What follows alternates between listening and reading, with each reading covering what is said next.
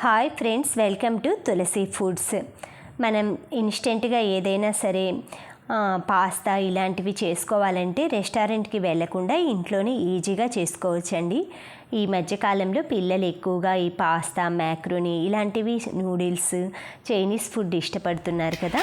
వాళ్ళ కోసం అయితే కొంచెం మనం ఇలా సింపుల్ వేలో అయితే నేను చూపిస్తాను. ఫస్ట్ అయితే పాస్తాని ఒక గిన్నెలోకి తీసుకోవాలండి.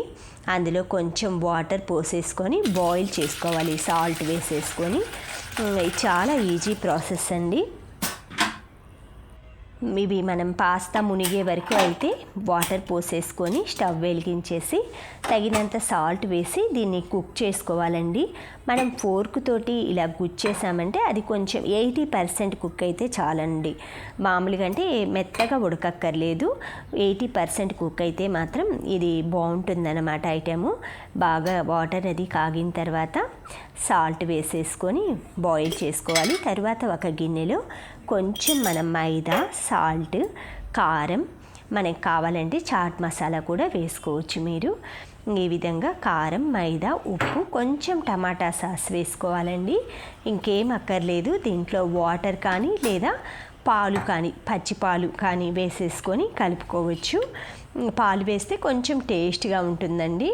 తర్వాత వాటర్ వేసేసి కలుపుకున్నాను. దీన్ని మనకి చిన్న చిన్న ఇవి ఉంటాయి కదా మైదా పిండి, అవైతే బబుల్స్ ఏమీ లేకుండా అయితే బాగా చక్కగా స్మూత్ పేస్ట్ లాగా కలుపుకోవాలి. ఈలోపు పాస్తా అయితే బాయిల్ అవుతుంటుంది అన్నమాట. ఈ విధంగా కలుపుకున్న తర్వాత పాస్తాని కొంచెం మనం స్ట్రైనర్లో స్ట్రెయిన్ చేసుకోవాలండి. తర్వాత చల్లనీళ్ళల్లో కొంచెం వాటర్ పోసేస్తే ఆ పాస్తా అనేది ఇంకా కుక్ అవ్వదనమాట. మనం ఏదైనా ఇలా చైనీస్ నూడిల్స్ కానీ పాస్తా కానీ కుక్ అయిన తర్వాత చల్లనీళ్ళల్లో వడకట్టామంటే, అంటే మనం ఈ స్ట్రైనర్లో వేసిన తర్వాత కూల్ వాటర్ తోటి, నార్మల్ కూల్ వాటర్ తోటి కడిగి క్లీన్ చేసామంటే ఇంకా అది ఆ వేడికని కుక్ అవ్వదనమాట, పాస్తా వేడికి.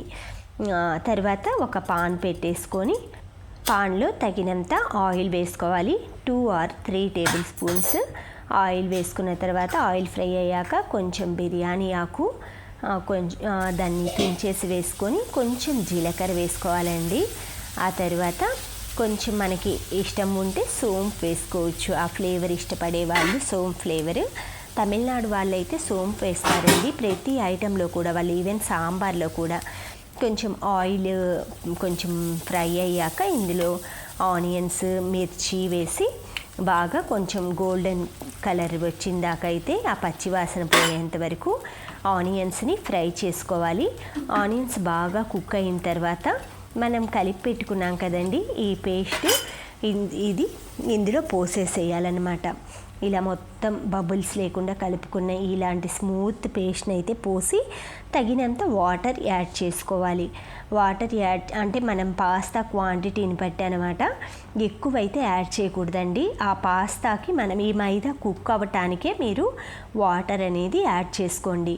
మైదా కుక్ అయిపోయి దగ్గరికి వచ్చేసిన తర్వాత పాస్తాని ఇందులో యాడ్ చేసేసుకొని మనం కొత్తిమీర, ఏవైనా డ్రై హర్బ్స్ ఉంటాయి కదా మనకి, ఆ డ్రై హర్బ్స్, కస్తూరి మేతి ఇంట్రెస్ట్ ఉన్న వాళ్ళకి కస్తూరి మేతి, పుదీనా ఇంట్రెస్ట్ ఉంటే పుదీనా వేసుకోవచ్చు. లేదంటే ఏదైనా లీఫీ వెజిటేబుల్, పాలకూర అలా సన్నగా తరిగి ఇష్టపడే వాళ్ళు వేసుకుంటే మనకి మైదా వేసిన వలన అన్హెల్దీ, అది వేసిన వలన హెల్దీ అవుతుందండి.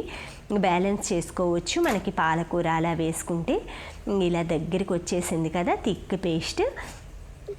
ఇదంతా మనకి మంచూరియా రెసిపీ అయిపోయిందండి. ఆ మంచూరియాలు ఏంటంటే మనం కొంచెం టమాటా సాస్, తర్వాత సోయా సాస్, చిల్లీ సాస్ ఇవన్నీ వేస్తాము. పాస్తాలో ఓన్లీ టమాటా సాసే వేస్తాను.